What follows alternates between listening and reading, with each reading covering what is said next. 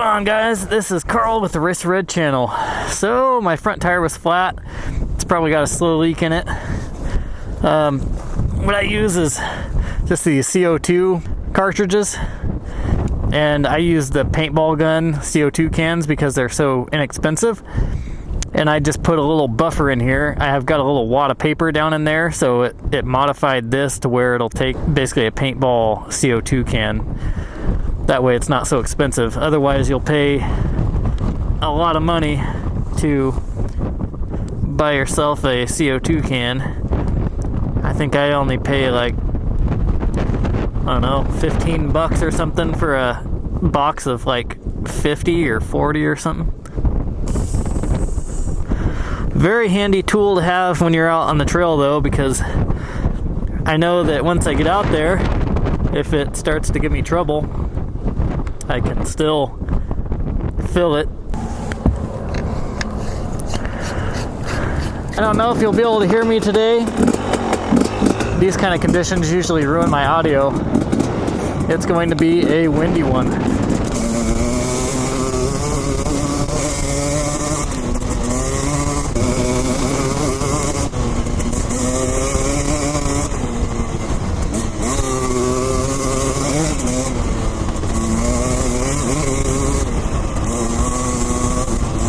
Good God, this wind is insane.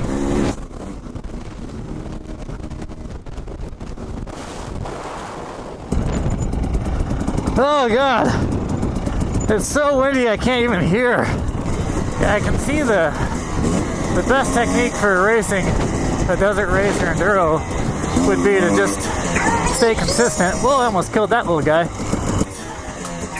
Stay consistent. Whoa, I almost killed that little guy. Wanted to thank you guys for all of your input on the subject of exposing trails.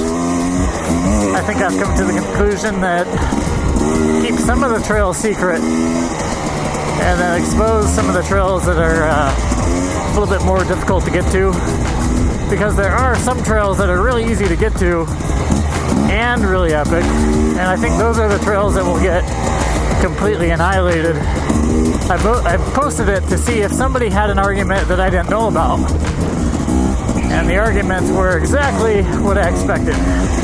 So, and I get it, I get wanting to have good pristine trails, but there's a guy on YouTube that has amazing trails in Idaho. He puts all kinds of awesome trails, and I would love to know where some of his trails are. In fact, I've asked him where some of his trails are before, and the dude doesn't give away anything.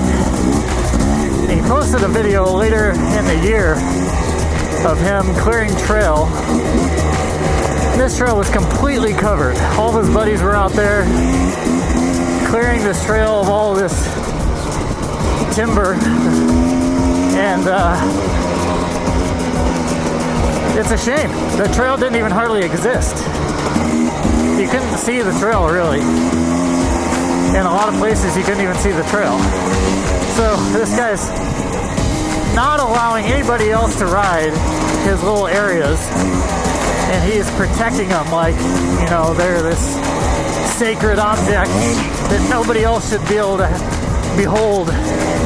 Unfortunately, I see that trail that he was doing, those trails are just going to disappear because there's no maintenance, there's nobody riding them. And that's oftentimes what happens in Idaho. People stop riding the trails, and then they close down, they just disappear. To me, it's a little bit crazy to go out there and nitpick on a little tiny track and say, oh, it's all damaged. Look how damaged this little track is. People have no concept of what is actually damage out here. A little path where stuff is not able to grow anymore because tire tracks go over it. A little path like that is not damage. What is damage is the mountains caused by the shifting tectonic plates and the massive mountains of lava from super volcanoes long ago, the earth destroys itself, and then mold grows over the top of it. All the sagebrush, all the trees, everything just grows over the top of it. Definitely not damaged to make little tracks. And people who say that are just, in my opinion, they've been pretty brainwashed.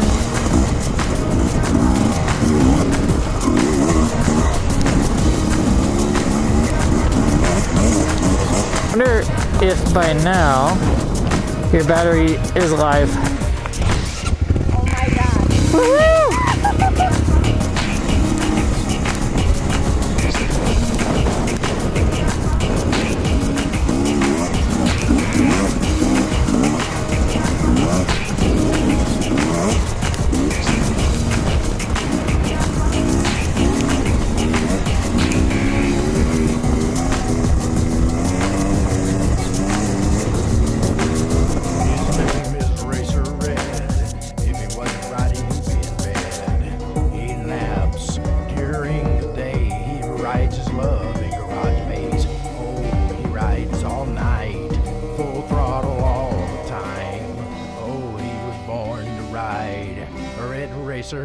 Like, comment, and subscribe.